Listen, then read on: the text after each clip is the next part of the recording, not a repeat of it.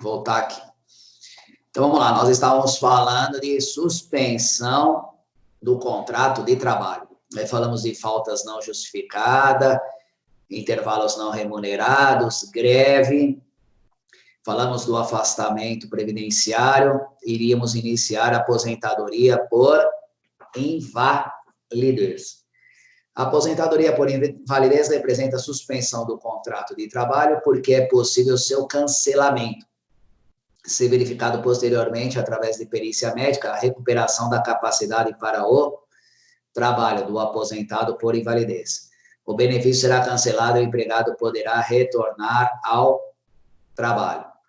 CLT, artigo 475. O empregado em que for aposentado por invalidez terá suspenso o seu contrato de trabalho durante o prazo fixado pelas leis de previdência social para efetivação do benefício, tá? Artigo 47, vejam que é da Lei 8.213. Sempre falando ó, de CLT, Lei 8.213. CLT e Lei 8.213. Então, a gente tem que tomar cuidado com isso. Artigo 47. Verificada a recuperação da capacidade de trabalho do aposentado por invalidez, será observado o seguinte procedimento. Condições para a cessação do benefício e retorno ao trabalho. Muita gente acha que se aposentou por invalidez, tá? Que ele efetivamente tem uma estabilidade definitiva. Para quem efetivamente se aposentou por invalidez, a qualquer momento pode ser convocado a passar por uma perícia médica, perfeito? Passar por uma perícia médica e voltar ao trabalho, hein? O ano passado, efetivamente, a Previdência Social, ela expediu 13 milhões de notificações para se apurar se efetivamente os que estavam aposentados por invalidez faziam jus ao benefício ou tinham condições de retornar ao trabalho. Então, tem que se tomar muito cuidado com isso, hein? Não é pouco, não. Tem que se tomar um bom cuidado com isso, porque efetivamente você pode ser aí convocado a retornar ao trabalho. Perfeito? Porém, por enquanto que estiver vigendo aí, em vigência a aposentadoria por invalidez, tá? Representa a suspensão do contrato de trabalho. Suspensão disciplinar. Uma das penalidades prevista pela legislação trabalhista é um empregado faltoso. É a suspensão na qual cessa a prestação laboral e também o pagamento de salários. O limite máximo de suspensão é de 30 dias. E caso a penalidade aplicada supere esse limite, não poderemos falar de suspensão, e sim extinção do contrato de trabalho. Extinção é o término do contrato de trabalho, tá? Então, CLT, artigo 474. A suspensão do empregado por mais de 30 dias consecutivos importa na rescisão injusta do contrato de trabalho. Então, suspendeu, né, suspensão disciplinar, aquele empregado que efetivamente não está cumprindo as regras do meio ambiente do trabalho, tá? Poderá ser suspenso, que não poderá ter uma suspensão acima de 30 dias, caso contrário, tem que se fazer a extinção do contrato de trabalho. Prisão provisória. O empregado que cometeu crime, mas ainda não teve condenação criminal transitada em julgado, não pode ser demitido por justa causa. Entretanto, por estar preso provisoriamente, também não pode continuar a prestar serviços e, portanto, está numa hipótese de suspensão contratual. Uma outra circunstância que efetivamente traz muito problema no ambiente de trabalho é pagamento de pensão alimentícia, tá? Então, muitas das vezes o cara está trabalhando lá, sossegado, e aí a gente é recepcionado com uma viatura da polícia na porta da empresa, dizendo que vai levar tal colaborador preso, ok? É um caso de suspensão contratual. Sem trabalho, sem salário, ele está preso provisoriamente, com certeza uma hora ele vai ter que sair, perfeito? E aí ele vai ter que ocupar o cargo que ele atualmente ocupava, como a gente já falou, com os mesmos direitos, e assim vai. E é uma linha para a gente se preocupar muito nos dias de hoje. Imagine com essa quantidade enorme de pessoas que estão sendo aí demitidas, né? As pessoas vão se enrolar financeiramente, vão deixar de pagar pensão alimentícia, e assim vai. Então, a gente vai ter muitos problemas nesse sentido, ligado à suspensão e interrupção do contrato de trabalho, viu, meus amigos? Podem se preparar, mas muito mesmo, entendeu? Afastamento para inquérito para apuração de falta grave, quando o empregado estável é acusado de cometer falta grave. A CLT estabelece que o empregador poderá afastá-lo de suas funções durante inquérito instaurado para apuração da falta. CLT, artigo 494, o empregado estável acusado de falta grave poderá ser suspenso de suas funções, mas a sua despedida só se tornar efetiva após um inquérito e ser verificada a procedência da acusação. O que é esse inquérito para apuração de falta grave? O pessoal pensa só porque é detentor de estabilidade, né, em decorrência de um acidente do trabalho, em decorrência de uma cláusula de convenção coletiva, em decorrência de uma licença, uma estabilidade a gestante, melhor dizendo, tá?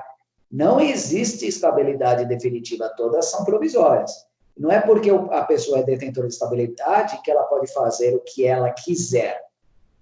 Se ela efetivamente começa a chegar atrasada, não respeita as ordens do empregador, a gente promove um inquérito para apuração de falta grave, é uma ação judicial, é um processo de conhecimento, onde efetivamente tem audiência, tem oitiva de testemunhas e partes, tá? Para a gente demitir um empregado estável, acusado de falta grave. Perfeito? Por enquanto que este processo está tramitando, ele fica suspenso de suas funções. Perfeito?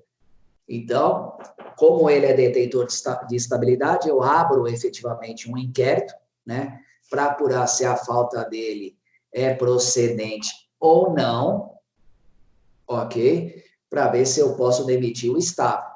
Então, a gente já tem que, por isso que eu disse que a gente tem que ser autoridade, né? Já tem que passar para o estável, amigão, não é fazer o que você quer aqui, que se você fizer o que você quer aqui, você pode ser demitido, sim. Não é porque você é detentor de estabilidade que você não pode ser demitido. Quem disse isso?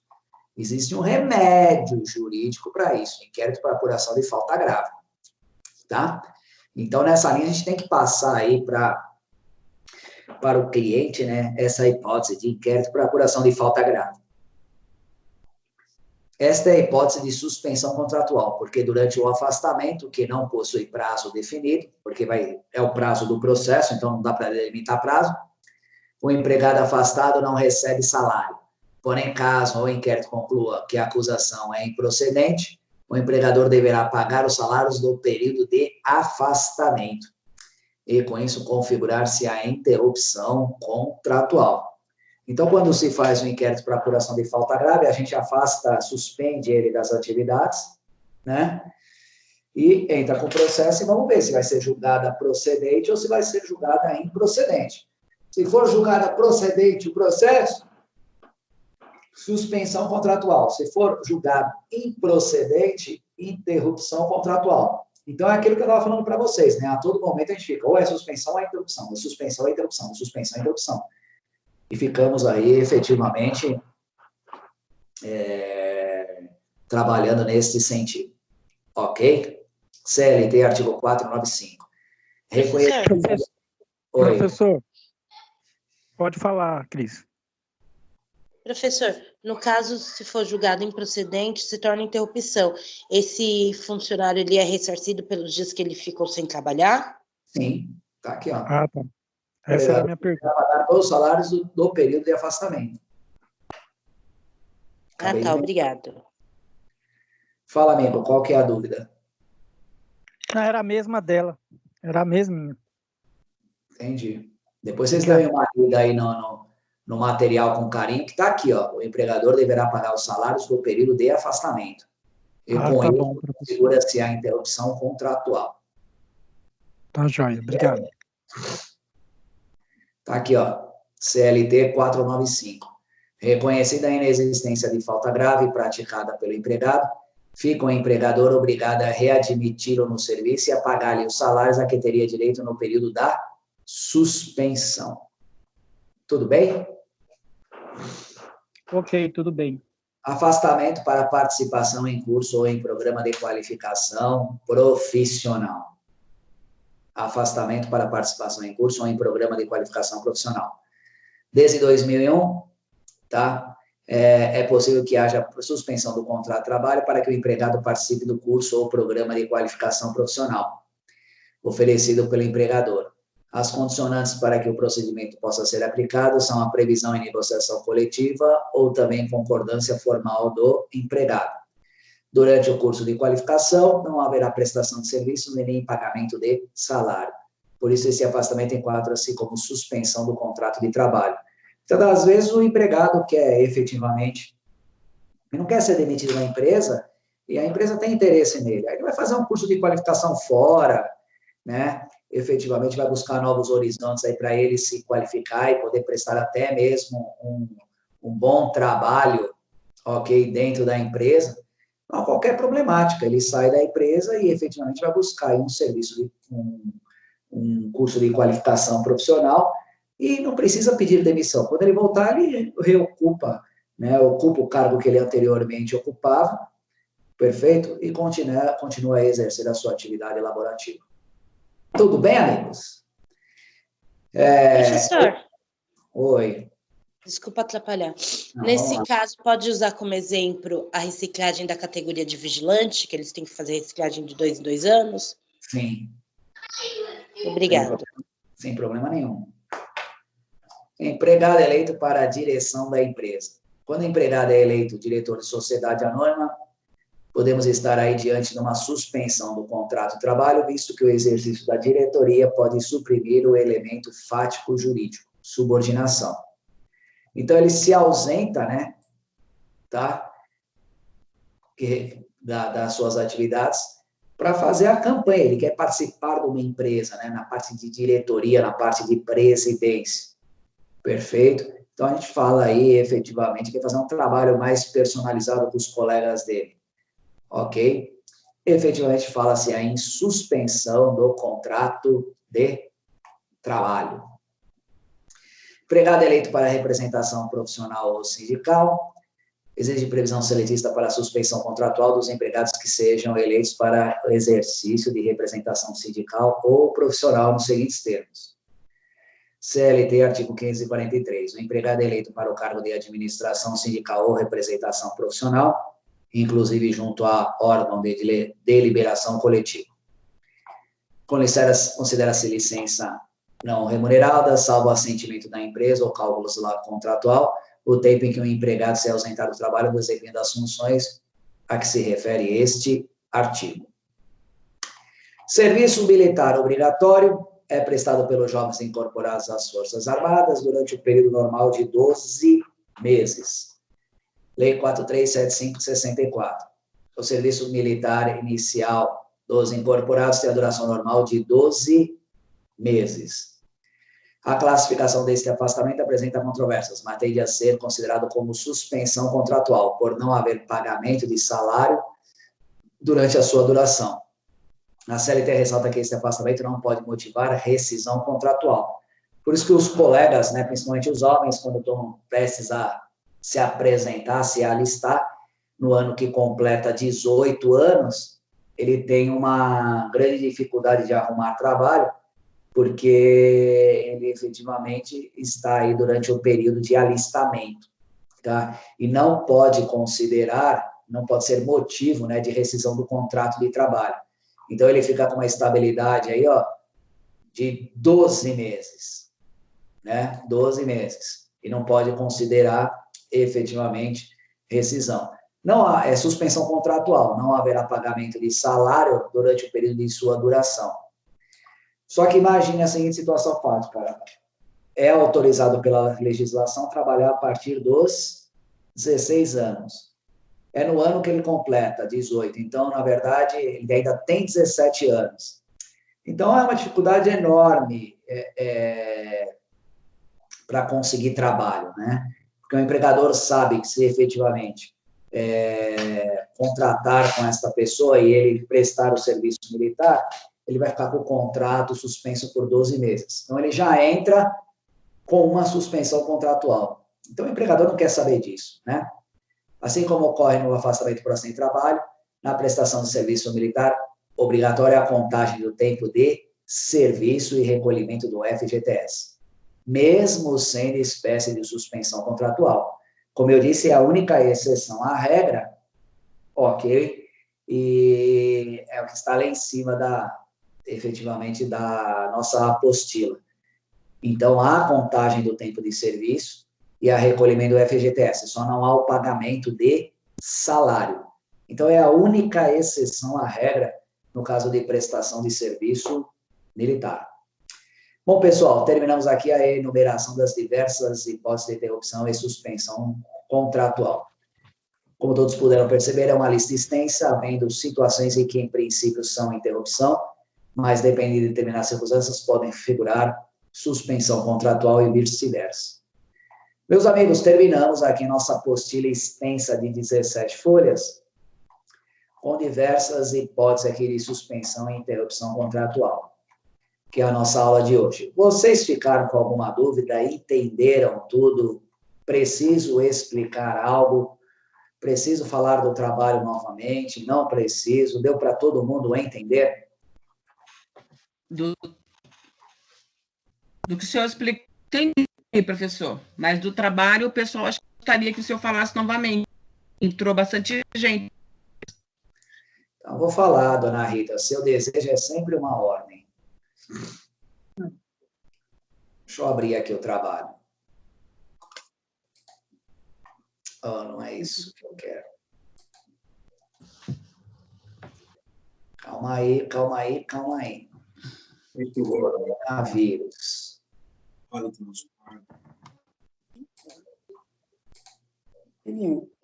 Serviços sociais. Estão vendo aqui o tema do trabalho ou não? Sim ou não? Efeito do trabalho. Sim. Ainda não. Não. Não estão vendo? Ah, sim, estamos. O tema, sim. Então, para quem chegou tarde, tá? Data de entrega do trabalho a semana que vem, dia 14 de maio. Para mim não apareceu ainda, não. Não dá um jeito aí que se apareceu... Agora apareceu. O tema é... Por favor, fechem o áudio aí, quem está com o áudio aberto, por favor. Apareceu agora. Tema: o coronavírus pode ser considerado doença ocupacional? Qual foi a decisão recente do STF, do Supremo Tribunal Federal, sobre o assunto? Como eu disse, teve uma decisão a semana passada a respeito disso. Deixa eu colocar aqui, deixa eu desligar aqui o mudo, só um minuto. Tem alguém com o mudo aberto, com o áudio aberto.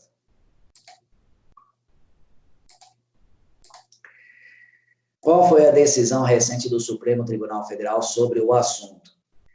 Quais os direitos trabalhistas que, porventura, o adoecido poderá ter?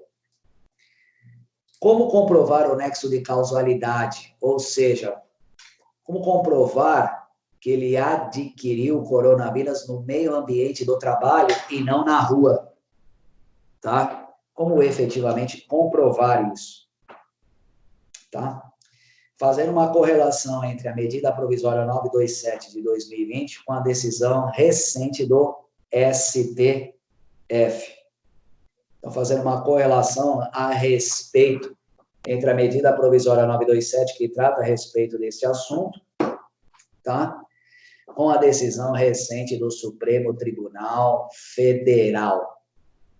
Perfeito? Data de entrega desse trabalho, semana que vem, até no máximo às 14 horas, o prazo é improrrogável, o trabalho pode ser digitado, porém, na forma, tem que ser individual. Transformar em PDF aí para facilitar o envio pela Rita, vocês vão enviar todos os trabalhos para a Rita, e ela vai, então, enviar para a representante de classe, e ela efetivamente vai enviar para mim. Ok? Fazer uma lista de quem entregou e enviar para mim.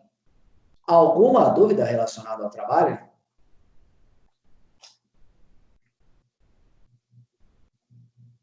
Dou-lhe uma, dou-lhe duas, dou-lhe três. Sem nenhuma dúvida? Eu não. Você entendeu, Átila?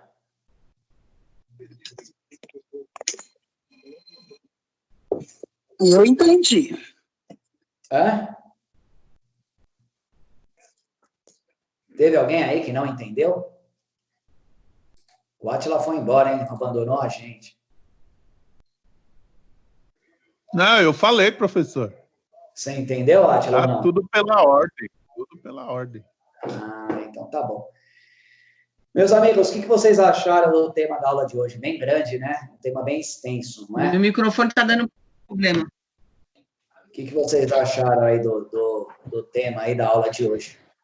Professor, Olá. oi, é a Gildete. Falando da interrupção, não fiquei com dúvida, só uma perguntinha.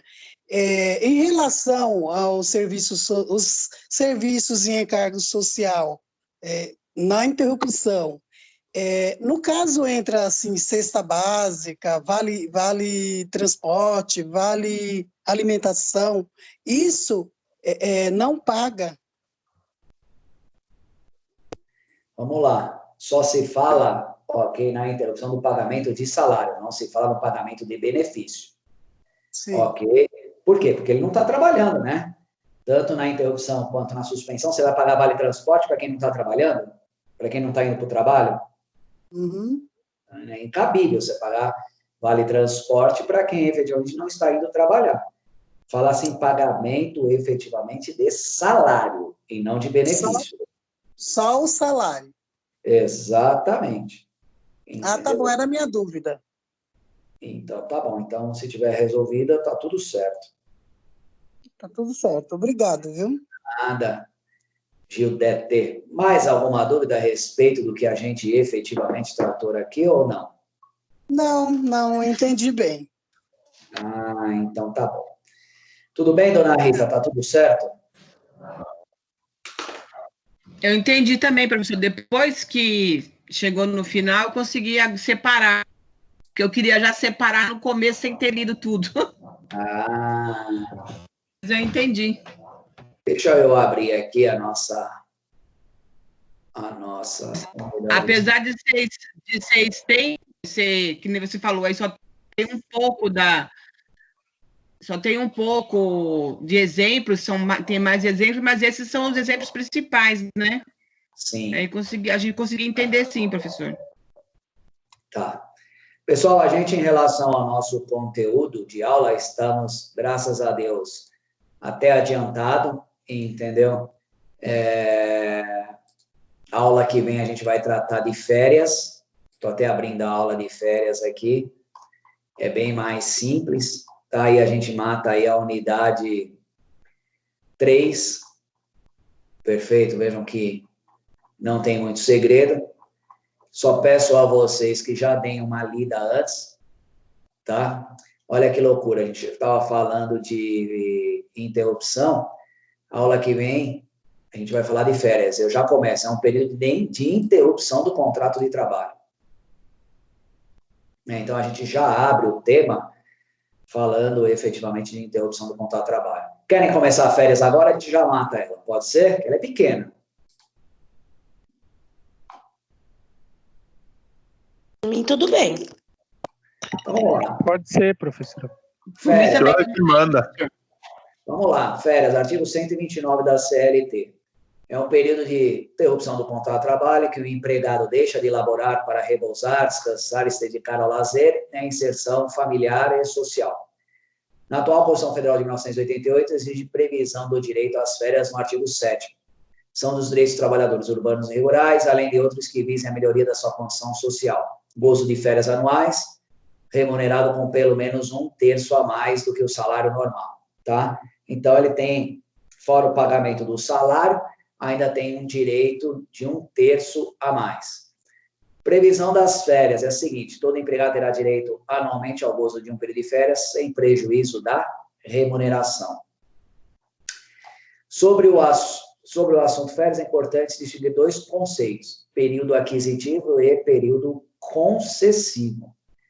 Período aquisitivo, como o nome sugere, é o lapso temporal necessário para que o empregado adquira o direito às férias.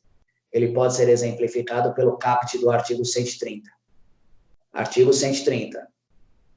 Após a cada período de 12 meses de vigência do contrato de trabalho, o empregado terá direito às férias, na seguinte proporção, tá? O período concessivo, por sua vez, é o lapso temporal, que... Então, você tem período aquisitivo e período concessivo. No período aquisitivo, você trabalha 12 meses para adquirir o direito. Depois, você terá o período concessivo. O período concessivo, por sua vez, é o lapso temporal que sucede ao período aquisitivo, no qual o empregador deve conceder as férias ao obreiro. O empregador, então, as férias, o melhor momento, efetivamente, de gozar as férias é por mera liberalidade do empregador. CLT, artigo 134. As férias serão concedidas por ato do empregador, como eu estava dizendo, em um só período, nos 12 meses subsequentes à data em que o empregado tiver adquirido o direito. Desse modo, como no direito do trabalho conta-se o dia do início para a contagem do período aquisitivo de férias, temos o seguinte exemplo, para o empregado que começou o seu contrato de trabalho no dia 23 de agosto de 2012. Vamos lá. 23 de agosto de 2012 até 22 de agosto de 2013, período aquisitivo. 23 de agosto de 2013 até 22 de agosto de 2014, período concessivo. Então, aqui ele trabalhou 12 meses, que é o período aquisitivo, para adquirir o direito, e depois ele entra no período concessivo, tá? Quem delimita esses 12 meses subsequentes para gozo das férias é o empregador. É ele que delimita esse período da concessão das férias. Em relação à duração das férias, é importante observarmos que para os empregados, em geral, o período de férias anuais é de 30 dias. Entretanto, as faltas injustificadas podem acarretar a redução deste período. Então, a gente precisa verificar se esse empregado não tem faltas injustificadas. Em relação entre número de faltas e a correspondente redução do período de férias, foi estabelecido pelo artigo 130.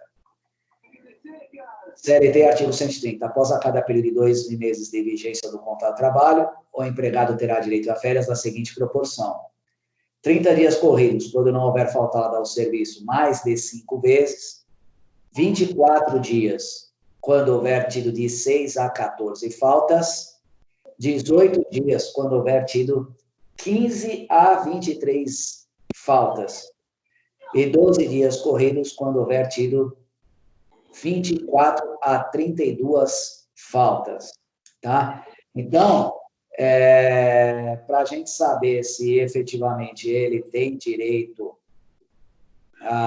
às férias, ok? O tempo, né, que ele tem de direito às férias, a gente não pode esquecer, tá? A gente não pode esquecer de ver esta tabela, tá? Esta tabela que vai delimitar. Então, tem muito empregado que fala, eu vejo isso aqui no meu escritório, né? Tem muito empregado que fala, eu só gozei 20 dias de férias. Pô, mas quantas faltas injustificadas você teve? Ele não computa isso. Ele acha que férias é 30 dias, tá? Ah, então, já que eu não gozei minhas férias na integralidade, eu quero pagamento em dobro. Opa, calma aí, amigo. Eu preciso ver se você não tem falta injustificada. Então, a gente tem que tomar cuidado com isso, porque sempre chega para nós meia verdade, né? A outra verdade a gente nunca fica sabendo. Então, tomem cuidado com isso, por gentileza. Tá? Assim temos. Aí fiz um quadrinho aqui para vocês. Menos de 5 faltas, 30 dias corridos. De 6 menor ou igual a 14 faltas, 24 dias corridos. De 15 a 23, 18 dias corridos. De 24 a 32, ok? 12 dias corridos. Maior que 32 faltas, ele perde o direito às férias. Ou seja, é aquele empregado altamente faltoso, né? O cara falta demais.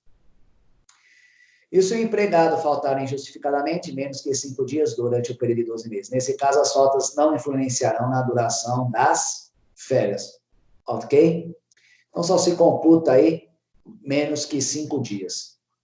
Havendo mais que 32 faltas injustificadas, o empregado perde o direito às férias deste período.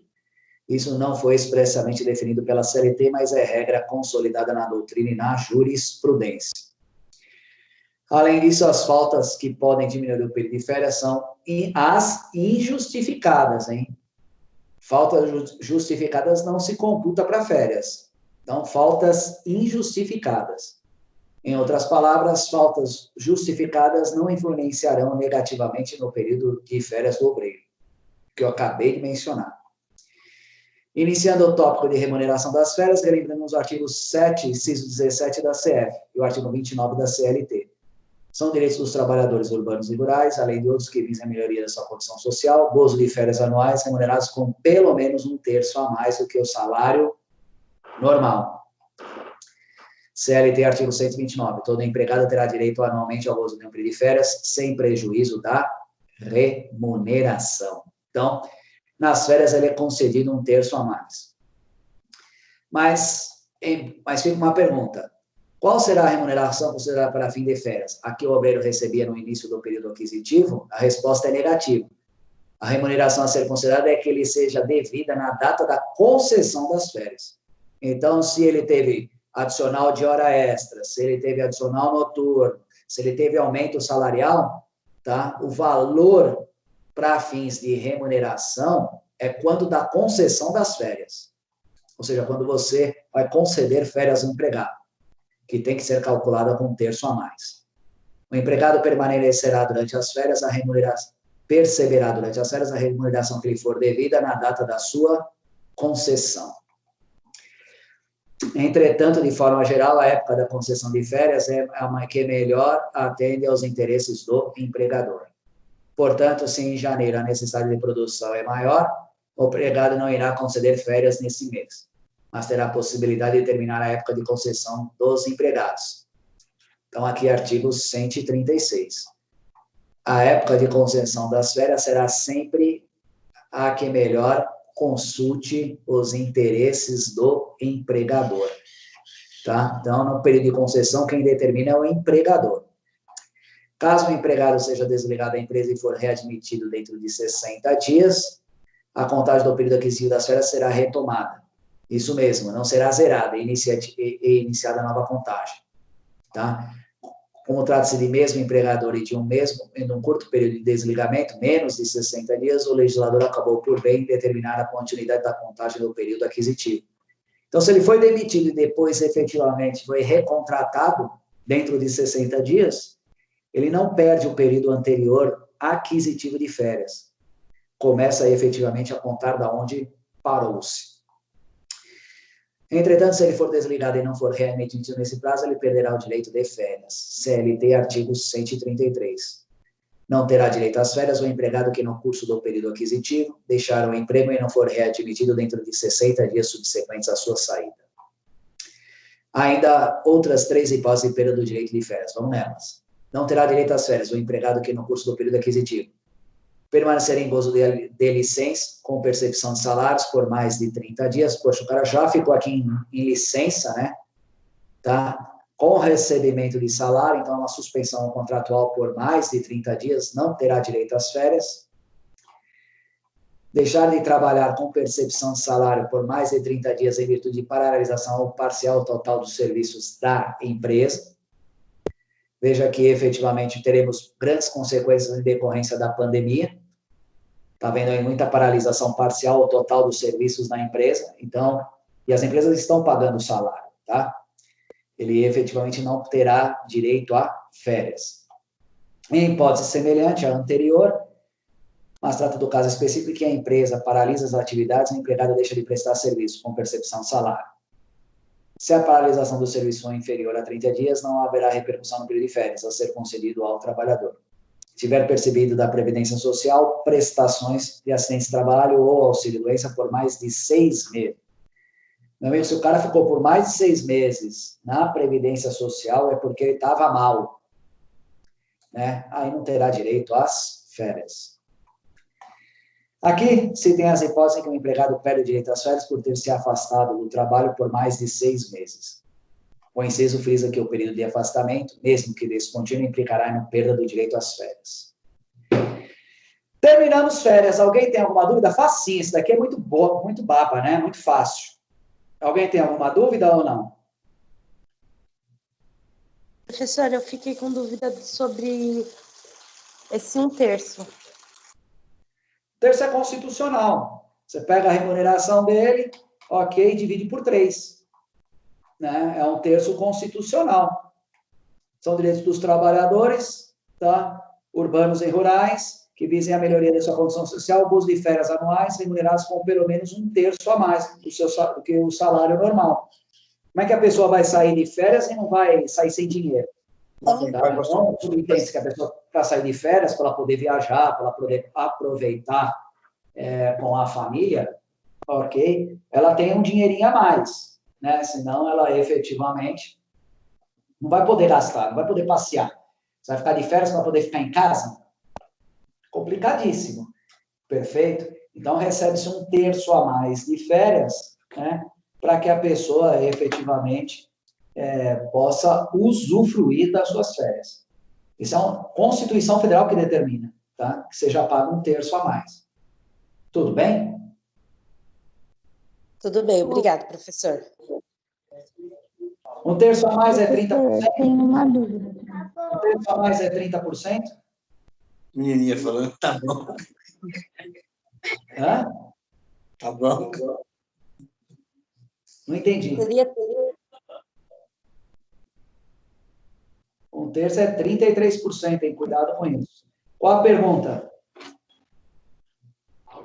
Professor, quando a falta injustificada, por exemplo, é uma empresa que trabalha com banco de horas, essa falta injustificada, ela vai para o banco de horas, então ela fica devendo, vamos supor, 8 horas de um dia que ela faltou. Isso prejudica quando ela vai tirar férias também? Ou ela Lógico que fica prejudica. só devendo o banco? Eu fiquei com Sim, dúvida nisso. prejudica sim. Com Mas certeza. e se, vamos supor, que a pessoa pague essas 8 horas, repõe, sei lá, paga 2 horas por dia. Ela pagou as 8 horas que ela devia. Aí não implica nas férias. Não implica. Ah, tá. Desde que ela esteja com banco de horas ok. Sim. Ah, então tá bom. Obrigada. Meus amigos, mais alguma dúvida? Hoje a gente viu 2, encontro 10 e encontro 11. Bastante coisa, hein? Mais alguma dúvida? Não, tudo certo. Tá tudo certo? Está. Que bom. Em ordem. Pessoal, façam um trabalho. Eu vou mandar no WhatsApp da Rita aí o tema para que todos vocês tenham, tá? Façam aí efetivamente o trabalho e vamos mandar ver naquilo que efetivamente estudar isso aqui, porque efetivamente já está chegando aí bem próximo à prova. Tudo bem? Eu vou encerrar a aula por aqui. Eu me coloco à disposição para quem tiver alguma dúvida. E qualquer coisa vocês falam comigo. Um excelente dia para vocês e a gente vai se falando. Pode ser? Obrigado. Beleza, professor. Até semana. Professor, Olá. Beleza. você vai disponibilizar esse slide das férias para a Rita poder colocar no grupo? Não, isso já está no AVA. Se você acessar o AVA, a gente já está até o encontro 16 lá na íntegra. Ok, obrigado. Todas as aulas já estão lá. Então, essa atribuição não é da Rita, tá? Todas as aulas já estão lá, desde a primeira até os 16 encontros. Se você acessar o AVA lá e for em aula, você vai ver que está tudo lá postado. Já postei do semestre inteiro. Tudo bem? Tudo bem, obrigado, professor. Obrigado, um excelente dia para vocês. A gente vai se falando. Até mais. Tchau, tchau. Tchau, tchau. Bom dia, obrigado, professor. Bom dia. Tchau, bom dia, professor. Bom dia.